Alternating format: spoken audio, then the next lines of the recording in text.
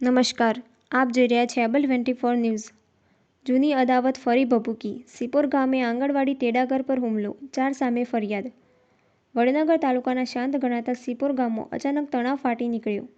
ગામની આંગણવાડીમાં ફરજ બજાવતી કાંતાબેન મહેન્દ્રસિંહ રામાજી રોજની જેમ બાળકોને ઘરે મૂકી પરત ફરી રહી હતી, પણ આ શાંત રસ્તો થોડા પળોમાં જ હુલ્લડ અને હુમલાનો સાક્ષી બની ગયો। પોલીસમાં નોંધાયેલી ફરિયાદ મુજબ બ્રહ્માણીનગર સિપોરના 4 લોકો રોહિતજી અશોકજી, માહીબેન રોહિતજી, કૌશિકજી રાજુજી અને નિકુલજી ગોવાજી એમણે મળીને કાંતાબેનનો રસ્તો અટકાવ્યો હતો। ફરિયાદ મુજબ આ ચારેય સાથે ચાલતી જૂની અદાવતના કારણે કાંતાબેનને નિશાન બનાવવામાં આવી હતી। રિપોર્ટ પ્રમાણે આરોપીઓએ કાંતાબેનને ધોખાભેર વાતોથી રોકી અચાનક મારપીટ શરૂ કરી, ગાળો બોલી અપમાનિત કર્યા અને ઝપાઝપી દરમિયાન તેમની સોનાની બુટ્ટી કાનમાંથી ખેંચી પાડી દીધી। હુમલા દરમિયાન કાંતાબેનને ગંભીર ધમકીઓ અપાઈ હતી। આ દર વચ્ચે કાંતાબેનના સસરા અચાનક ત્યાં આવી પહોંચતા પરિસ્થિતિ વધુ બગડી ગઈ। ફરિયાદ મુજબ આરોપીઓએ તેમના પણ મારવાનો પ્રયાસ કર્યો હતો, જાનથી મારી નાખી દઈશું એવી ધમકી પણ આપી હતી।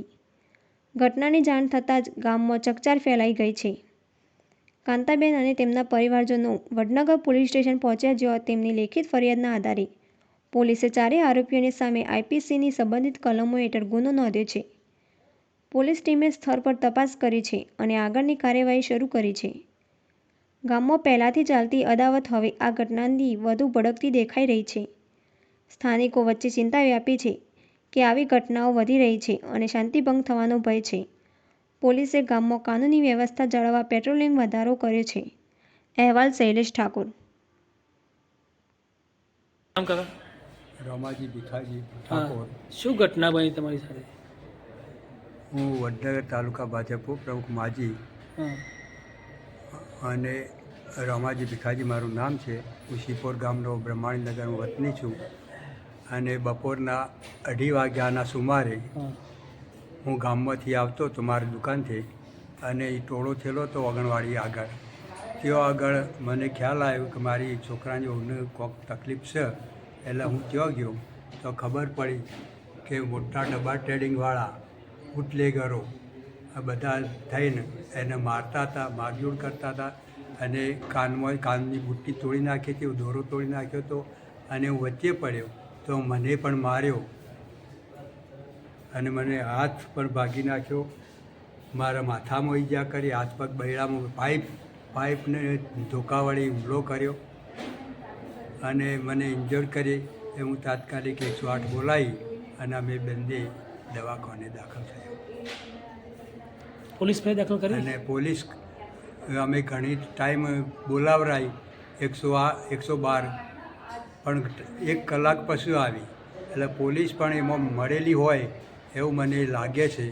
એટલે આ લોકો ટેવાઈ ગયા છે અને પોલીસને આપતા હોય છે, એટલે આ બેફામ થઈ ગયેલા છે અને લોકોને મારઝૂડ, ગમે તેના પૈસા ઉપર ઉઘરાવવા, ગમે તેને મારવો અને લુખાગીરી કરે છે। મારું નામ દાદી કાંતાબેન મહેન્દ્રસિંહ, હું આંગણવાડીમાં નોકરી કરું છું। બાળકોને ઘરે મૂકવા જતા કૌશિકજી, રોહિતજી ને તેમને મારા ઉપર હુમલો કર્યો અને મને ઘણો માર બેઠો માર્યો અને મારું માથું પકડી રોહિતજીને વકીને મારી મને મરચું ને બધું નાખવામાં આવ્યું અને મારા કોન તોડીને બુટ્ટી ને સોનાની ચેન ને એ બધું લઈ લેવામાં આવ્યું। તે બુટલેગર છે ને દલાલ સ્ટોકનું પ્લે કરે છે ને દારૂનો વેપાર છે તેમને મોટા પાયેને।